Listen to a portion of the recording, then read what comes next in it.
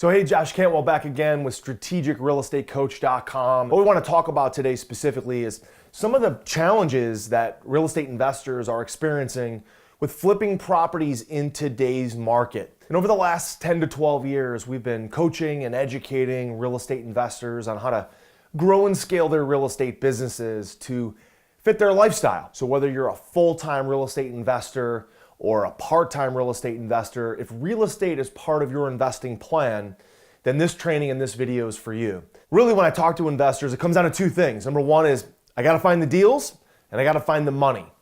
And some investors focus on the funding first, some investors focus on the deals first, but it's always 1A and 1B.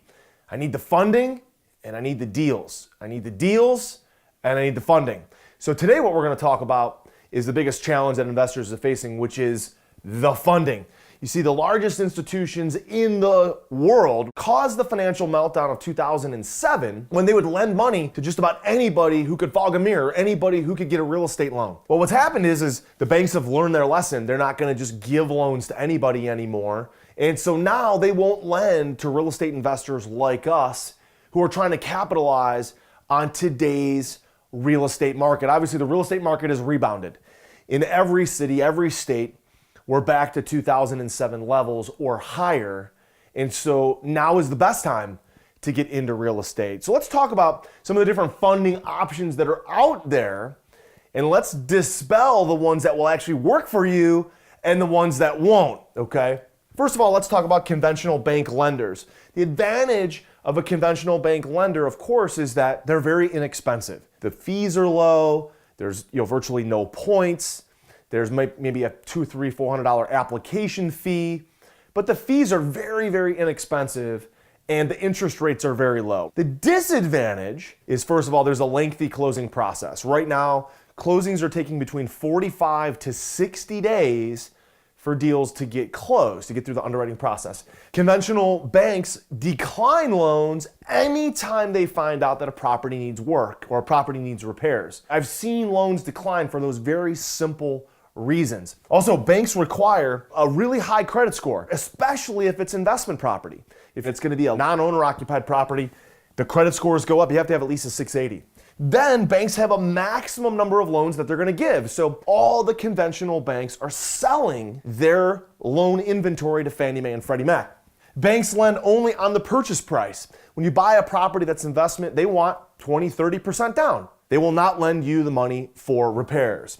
And banks force us to max out our credit cards, our lines of credit, to get the funding for the rehab if it needs any work at all. So you basically have to bootstrap it. The second option that I've heard investors bring to me and say, well, I'm gonna get a FHA 203K loan. I'm gonna flip this property. I'm gonna get a home path renovation loan.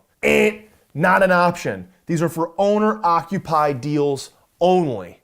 Can't do it. So unless you're gonna buy it, fix it, and move into it, they're not an option. Number three is transactional funding. Now, a lot of people use transactional funding. My company at Freeland Lending, we provide transactional funding. But transactional funding, the advantage is that it's relatively inexpensive, maybe 2 points and $500. So if you're buying a property for 100 grand and you're selling it for 115 grand in the same day, your fees are 2 points, which is $2,000 or 2%, $2,000, and another $500 what's called a commitment fee. And these transactional funders, they hand out proof of funds letters like candy at Halloween because they don't care what your credit score is. They don't care because you're flipping the property the same day. So as long as the end buyer has their cash in escrow, they'll fund your transaction. The disadvantage is that banks won't accept these proof of funds letters. If you're buying a HUD home, you're buying a Fannie Mae, a Freddie Mac, or you're buying from an auction site, these proof of funds letters are garbage. They won't work if you're getting a proof of funds letter from a transactional funder. Also, banks hate it when you flip their properties in the same day. And finally, transactional funding is really only for dough for a day. So let's walk through a typical wholesale transaction right now. You have the seller, that's a motivated seller who's selling the property, it's off market, they're willing to sell it. You have B, you, the investor, who's buying the property from the seller, and then you're flipping it to the end buyer in the same day. And so the purchase of the A to B transaction from A to B and the sale from B to C takes place in the same day. Now, back during the mortgage meltdown, you could use the C buyer's money to fund the A to B transaction. You can't do that anymore. It's called the good funds law. Same day wholesale flips are mostly done with cash buyers, and each transaction must stand on its own merit. So the A to B transaction has to have its own funding, its own settlement statement, its own closing, and the B to C transaction must also be able to stand on its own merit. So transactional funding works great, and we provide transactional funding, but it only works if you're buying the property and selling it in the same day. So if you want to do big profit flips where you're buying it, repositioning a house, and selling it, those won't work. Next is hard money lenders. The advantage is they'll easily finance rehab loans when the property needs a lot of repairs. The disadvantage is that they're credit lenders, most of them. You have to have a 640 or a 680 credit score, and you have to put at least 20% down on the purchase price. They also require money up front for closing costs, fees, and points. You also have to have capital and assets in the bank because they're a credit lender. They're going to review your whole personal financial situation. And finally, some of them even have prepayment penalties if you do the deal too fast. Imagine you buy a property, you fix it, you sell it, you make a ton of money, but you did it too fast. And they charge you a prepayment penalty. That's pretty ridiculous. Next is private lenders. Man, I love private lenders. I've raised millions and millions and millions of dollars from private lenders. The advantage of working with a private lender to fund your deals is that private lenders are dying to find good yield or a good return. Private lenders are sick of the up and down of the stock market. Nobody understands it. Nobody knows why the stock market goes up and down. So private lenders and investors are dying for yield. Corporate bonds are paying 3%. Stocks are paying maybe a 3% dividend. And guess what? Private lender can loan to you. You can give them a note and mortgage, and they can get 12 to 15% yield or more in the form of a note and mortgage. So private lenders love to give me money to fund my deals, but the disadvantage is they're hiding from you. You have to talk to hundreds of private lenders to get a couple of them to commit to you. Some private lenders only want to lend to somebody with experience. So if you're brand new, they won't give you money.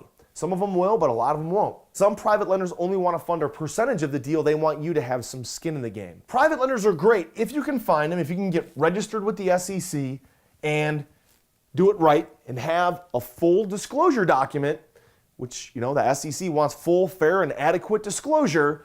You have to have a great disclosure document. You can raise money from private lenders. I meet with investors all the time. They're having trouble making offers unless they can get a pre-approval letter or a proof of funds letter.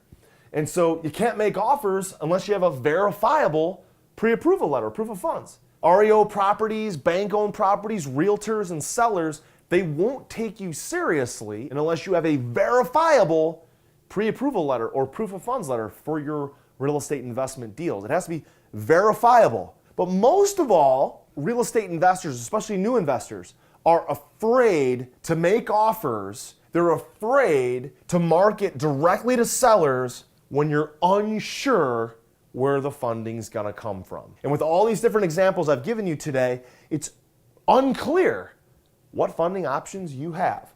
And so I recognized this exact problem. I had raised so much extra private money, we decided to create a direct lending company that makes investments and loans to you, to my members, to people like you.